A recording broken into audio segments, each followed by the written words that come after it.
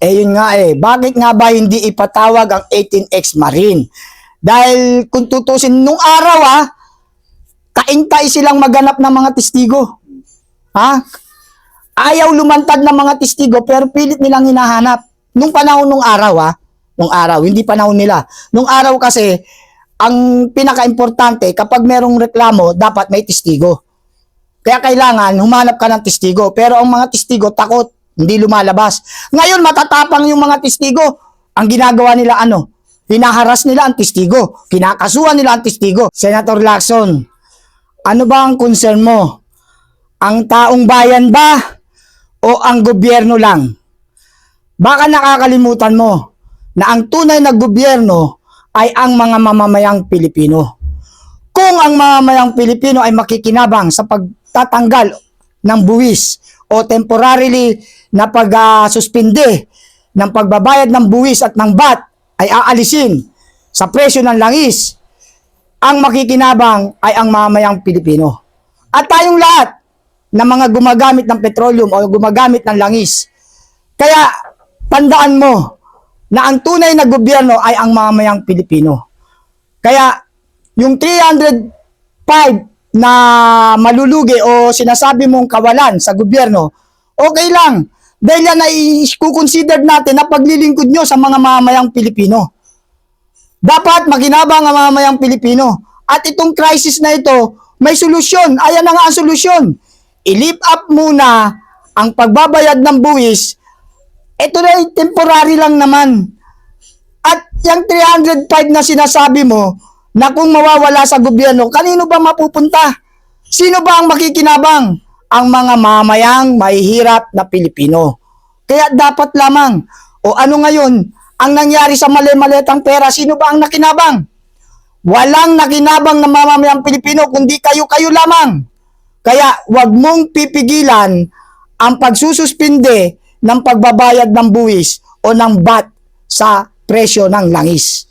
Dapat lamang gamitin yan o gawin yan para naman maibsan ang paghihirap ng mga mamayang Pilipino. Dahil kapag tumaas ang langis, tataas ang lahat ng bilihin. Kawawa ang mga mamayang Pilipino. Diyan nyo patunayan na wala pang oil crisis. Di ba? Sinasabi ng pamahalaan, wala pang oil crisis. O di kung walang oil crisis, dapat isuspindi muna ang pagbabayad ng buwis.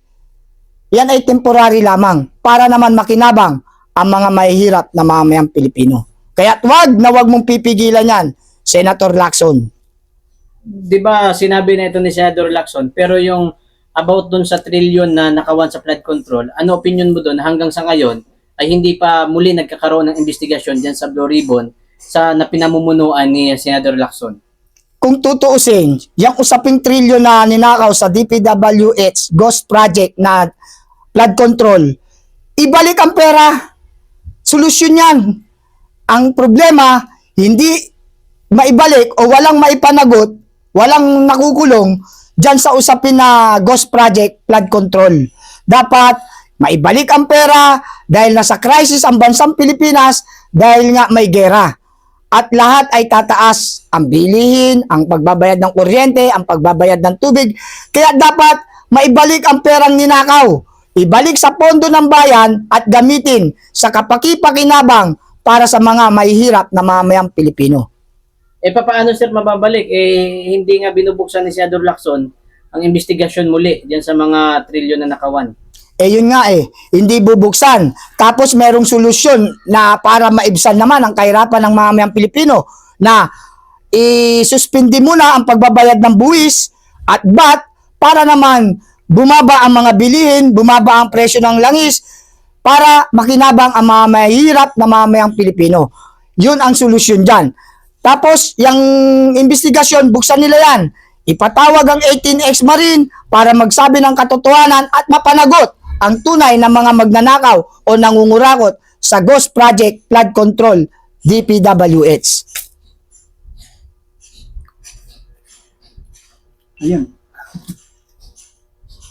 So yun, ano kaya kinatakot nila na ba't hindi pinapatawag yung 18 Marines ngayon? Yun nga bakit nga ba hindi ipatawag ang 18X Marine? Dahil kung tutusin nung araw kaintay silang maganap ng mga testigo. Ha? Ayaw lumantad ng mga testigo pero pilit nilang hinahanap. Nung panahon nung araw, nung araw, hindi panahon nila. Nung araw kasi, ang pinaka-importante, kapag merong reklamo, dapat may testigo. Kaya kailangan, humanap ka ng testigo. Pero ang mga testigo, takot, hindi lumalabas. Ngayon, matatapang yung mga testigo. Ang ginagawa nila, hinaharas nila ang testigo. Kinakasuhan nila ang testigo. Ang masaklap, hindi pa dinidinig ang kanilang mga boses. Binabaliwala. Katulad ngayon, may lumitaw na matatapang na ex-marine. Ano ginawa nila? Hindi nila ipatawag sa Senado para ma-under oath ang kanilang mga pahayag. Actually, yung 18 ex-marine ay may personal knowledge dahil dating tauhan ni Congressman Saldico.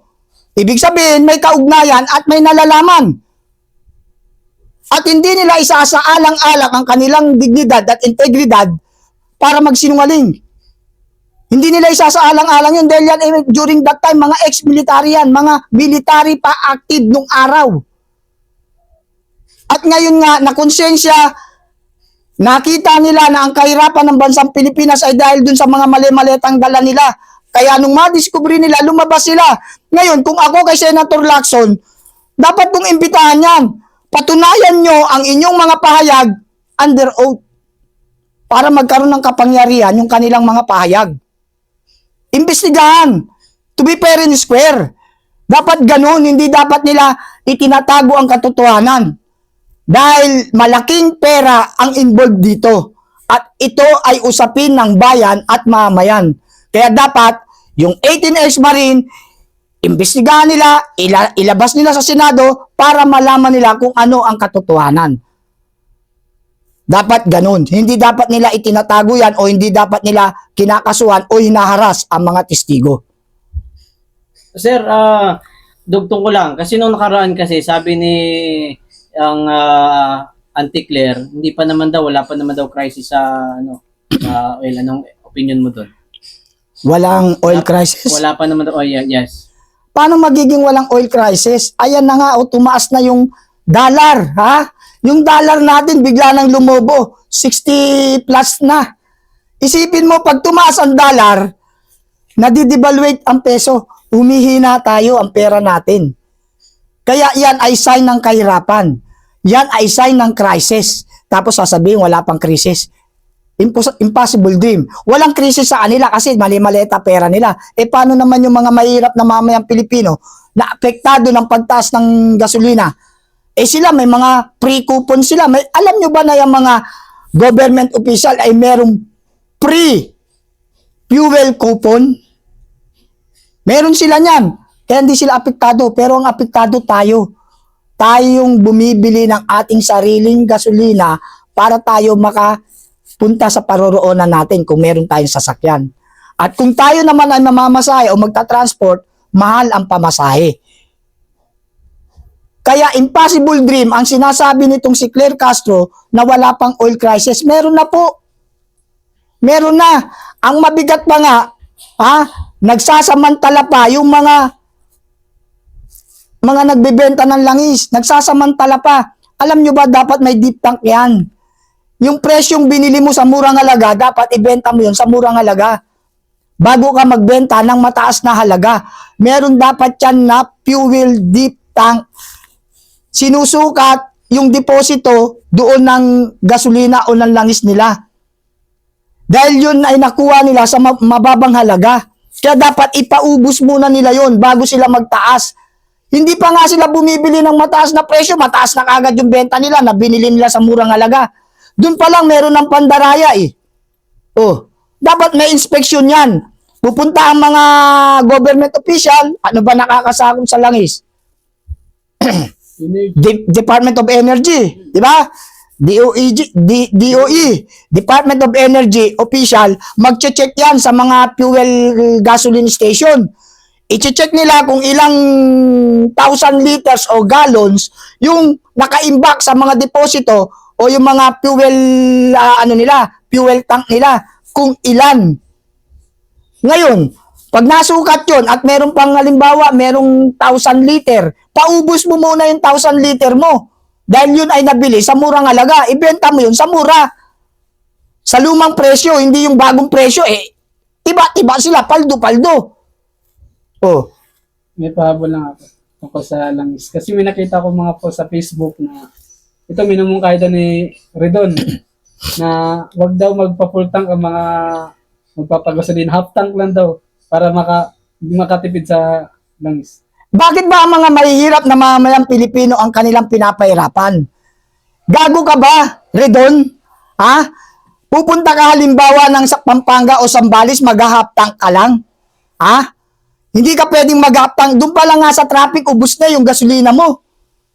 Sa tagal ng biyahe, dahil traffic. O, kung pupunta ka halimbawa ng Zambales, o Pampanga, o Clark, halimbawa, pupunta ka sa lugar na mag-half tank ka?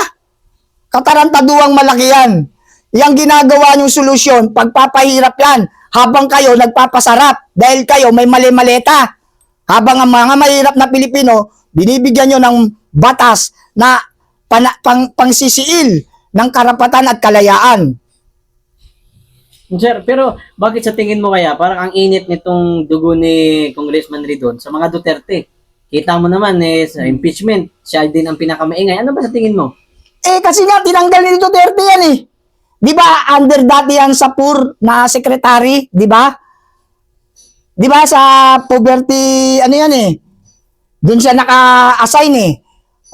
Travel ng travel, na-detect, na-monitor ni Pangulong Duterte. Di tinanggal, ano ginagawa niya ngayon? Political revenge. Namumuliti ka. Kaya, matindi ang galit niya. Hindi yan pagmamalasakit. Yan ay isang political vendetta. Gumaganti. Dahil wala na sa pwesto ang mga Duterte. Sa palagay mo ba kung nasa pwesto mga Duterte, gagawin nila yan? Hindi nila magagawa yan. Halimbawa, Pangulo si Pangulong Duterte, hindi nila magagawa yan.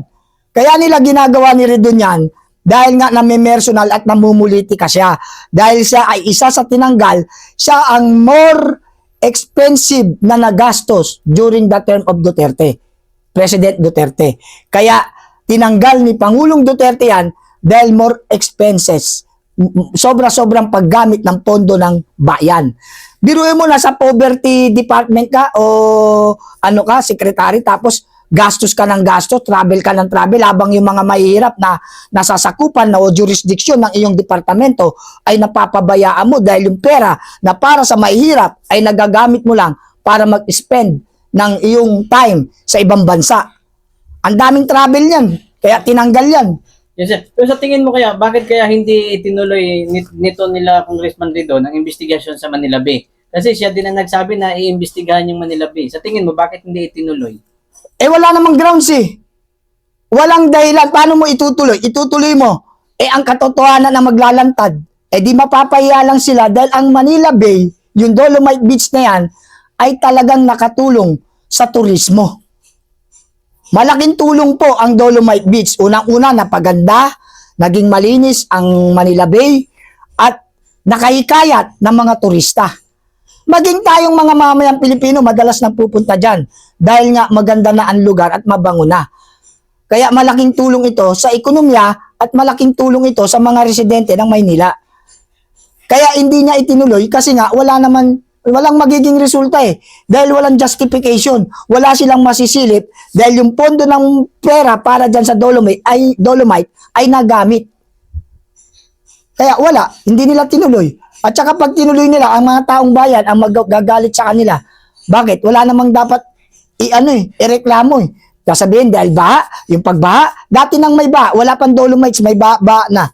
Sumobra lang ang pagbaha ngayon dahil yun pala yung mga ghost project ng flood control, hindi napunta. Kaya ibiniblame sa Dolomite. Dahil sino ang may project? Pangulong Duterte. Kaya idinidikit sa mga Duterte para pasamain ang mga Duterte. Pero hindi yan pagmamalasakit. Yan ay pamumulitika lamang. Okay. Gusto ka din, sir?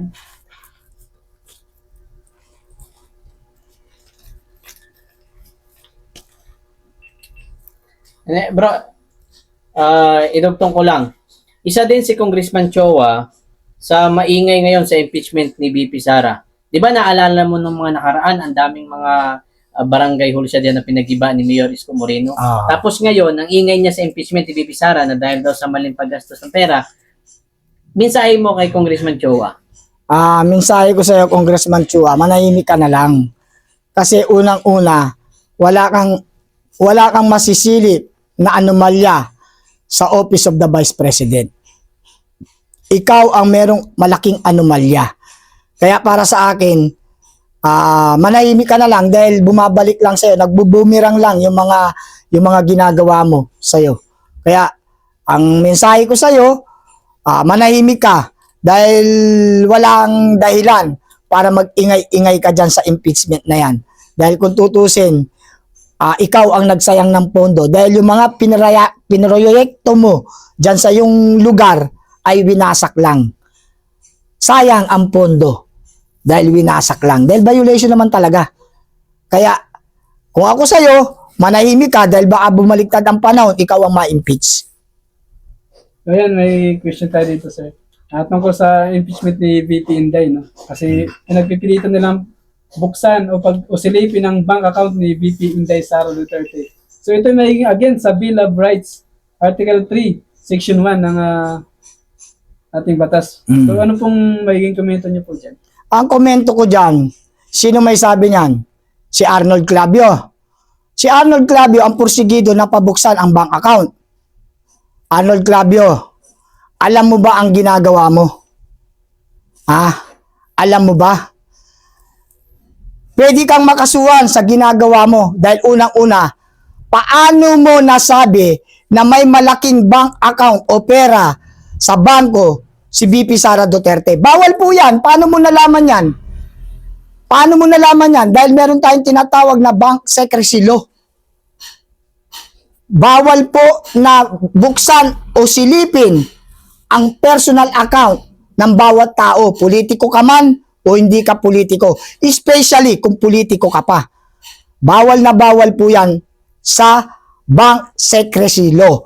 At yan po din ay labag sa Bill of Rights Article 3 Section 1. Bawal na bawal din po yan. Dahil yan po ay confidential. Hindi dapat yan binubuksan o pinapakita dahil yan ay personal account mo. Kaya ikaw, Arnold Clavio, kung tutuusin, pwede kang makasuhan sa ginagawa mo na ipinapahayag mo na may malaking pera na nakalagay sa bangko ang aming vice presidente na personal account niya yun. Kung may pera silang malaki doon, wala ka nang pakialam doon. That is not your business. Pero yung ginawa mo ay malaking paglabag sa batas.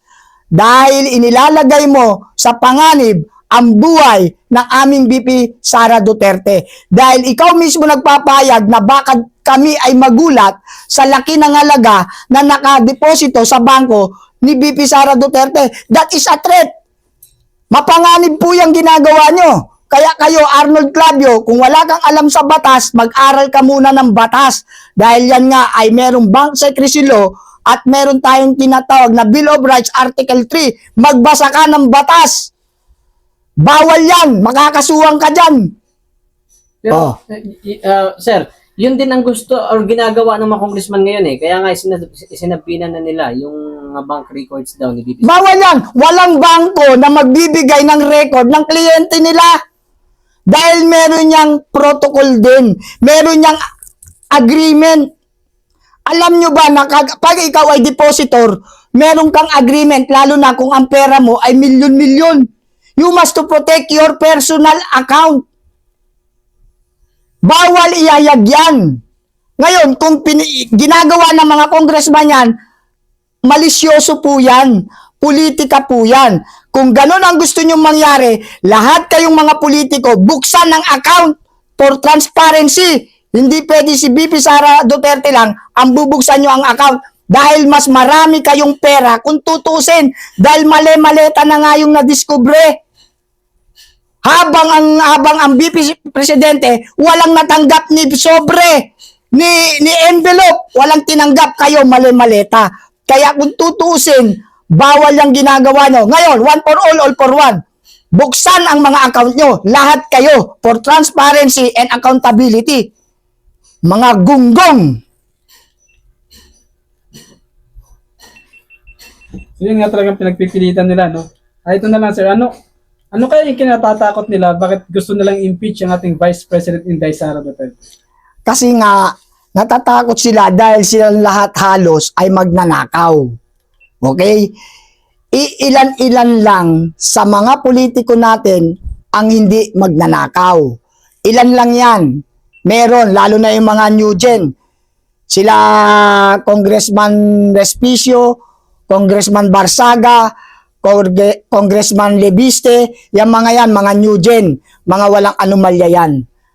Mga malinis ang record. At saka sila Senator Marcoleta, Senator Ronald Bato de la Rosa, Senator Bongo, yung mga yan, sila Senator mga ilan-ilan lang ang may mga tapat sa serbisyo o sa mga mamayang Pilipino.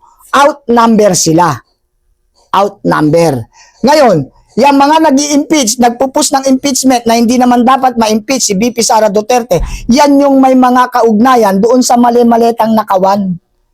At sila ay natatakot na kapag si VP Sara Duterte, ay naging Pangulo, mananagot sila. Lahat silang mga magnanakaw. Kaya pilit nilang ini-impeach kahit hindi naman dapat ma-impeach. Kung tutuusin, sila ang dapat ma-impeach kasi sila, binanggit na sila ng 18 Marines. Binanggit na sila yung isa, si Sergeant, ano yun? Gutesa, Sergeant Gutesa, si Diskaya family, yung mag-asawa, sila na ang binabanggit mga congressman, senador. Di dapat sila ma-impeach, hindi si VP Sara Duterte. Bakit si VP Sara Duterte? Natatakot sila na maging Pangulo ito sa 2028, kaya kailangan i-demoralize na nila. Wasakin na nila ang pagkatao at alisin nila sa pwesto. Dahil pag nagtagumpay sila doon, no chance for president. But the only hope of this country is Sara Duterte. Siya ang pag-asa ng bansang Pilipinas. At kung luloobin ng Diyos, magkaroon siya ng kapartner na magaling, matapang, si Chavit Singson, pwede. Si Chavit Singson, pwedeng maging vice ni VP Sara Duterte. Pag nag-team up yan, gaganda ang bansang Pilipinas. Kung sakali. Kaso po, di ba, ito, tinitira na sa impeachment, sinasabi nilang korupto si VP Inday, pero ang nangyayari, mas minamahal pa ng taong bayan ng ating Vice President. Correct. Mamahalin ng taong bayan kasi nga walang nakikitang anomalya. Tignan niyo yung GAA. Yung GAA, yung pamilya Duterte, walang insertion. Walang insertion. Bukod tangi ang mga Duterte, pag binerify mo yung GAA, walang insertion ang pamilya Duterte. Ibig sabihin, wala silang interest na mag-insert ng overfund sa mga proposal project nila. Kasi nga, clear ang isip nila, nakatuon sila sa serbisyo na totoo. Yun.